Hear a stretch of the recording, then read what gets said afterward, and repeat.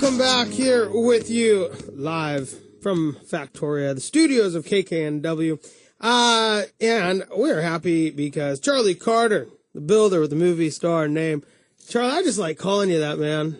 I like it. I'm good with it. You like it? Good. Not a problem. All right. I dig it. Charlie, you grew up working in construction and have been, all over the country, really, doing a lot of construction and really mastering it. Right now, a lot of people have that, remodel, improve, move. What should people do? What do you think some of the biggest factors are, coming from, I guess, your point of view, because people come to you for that similar type of advice?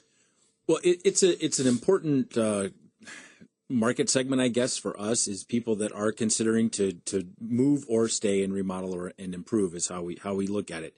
And the place that the potential remodel client or a buyer could be for, to be moving or selling their home is that it's pretty easy for them to go out into the market and decide what moving a new house would cost. They can look at it. They can say, okay, this house works great. We like the yard, the bedrooms, whatever about it.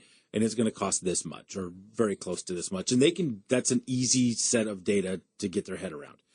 Where it becomes problematic for them is staying and doing some work on this house. What can this house be? What can it cost to improve it? What will it look like? And all of those kind of things. And that's much more difficult for them to get their head around and turn it into good data that they can compare with what's relatively easy to put their hands on, what moving would be or what a new house would cost to buy versus what would staying and working on this house be.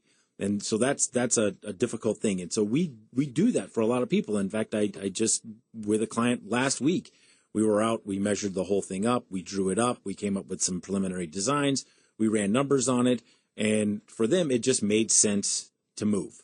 With what it was going to cost to get the house close to what they wanted it to be, and it wasn't really going to do all the things that they still wanted, so it would have definitely been a compromise that it just made more sense for them to move. But to get there, you have to at least get your hand around a plan and get some decent numbers on what it's really going to cost to do it so you can do a decent comparison. Do you take that team approach? I mean, you say you ran the numbers, but, I mean, do you bring in a real estate agent? Do you maybe bring in their financial planner? Do you bring in some other people to maybe help them make that decision? Well, typically they have a real estate agent that they've already gone and looked at stuff, and so we're tend to be late to the game again because it's harder for them to get their head around what it can cost to stay and improve versus going out, pick up the phone, call a real estate agent. We know the guy that sold us our house. Let's go talk to him or her. Very, simple phone call, done, spend an afternoon. You've looked at least some and you have a sense. But to then think about adding on and doing a 2-story addition and building a master suite and enlarging the kitchen and the family room, people's heads start to hurt from thinking about those possibilities and what that would cost.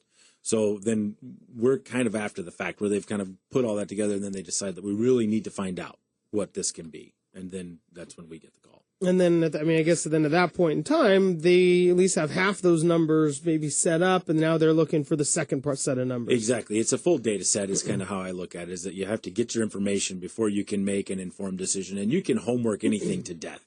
You can homework a mortgage to death or, buying a house. You could look at 100 houses. But you have to get to some reasonable amount of information that at least like you feel like you're making as informed a decision as you need to make for you and your family. So let's say, just to go through an example, let's just say somebody has, like a 2-story house and they want to expand it. Whatever, maybe they're having another kid or 2 kids and they want to, expand it. Right. I guess the numbers can be across the board for the cost, but what is that process to come up with the numbers? Are you guys just kind of sketching it out, or how does that work? Well, it's a bit dependent on them and how much real data they want. If they want some real numbers, then what we have to do is we have to at least draw a plan, a preliminary design, not working drawings, but create a plan so that we can say this is what it's going to look like. And then once I have a plan, what I'm able to do is basically I have the before and after picture. Here's what we got. Here's what we want. What does it cost to turn this into this? And then I can do a pretty good estimate for them without having to get 27 quotes from 53 subs and all that kind of thing. I have a good enough sense of what things cost to say, okay, this is going to be about this much. So what does that, do you guys come in and do that plans? We would do that. We would measure it, and then, we would draw it up, and then we would come up with a quick design. And that's something that we can turn around in a couple of weeks and have that, done for, depending on how complex and how much time it's going to take, $500 to $1,500, $2,000 to, just cover the cost that we'd have in it. And then that gives somebody, I guess, a true idea of, okay, well, if we decide to remodel, and this sounds like something, even if you're not remodeling or moving, but maybe if you are having other kids or you are thinking about it, maybe in the future, this gives you, at least as you said, a sense of what's possible and what it could cost. Exactly. And then back to the previous question is that some people don't really want to spend that money. And so, I'll go out one time and, talk to them. There's no cost for that. And I can wave my arms around and say, well, if we added on here and did this and the kitchen got a little bigger, I might do just a little bit of quick sketching and just give them a rough, it's $50,000 to $100,000. That would be about all I could do. And if that's really all that they're looking for, but at least they've got something.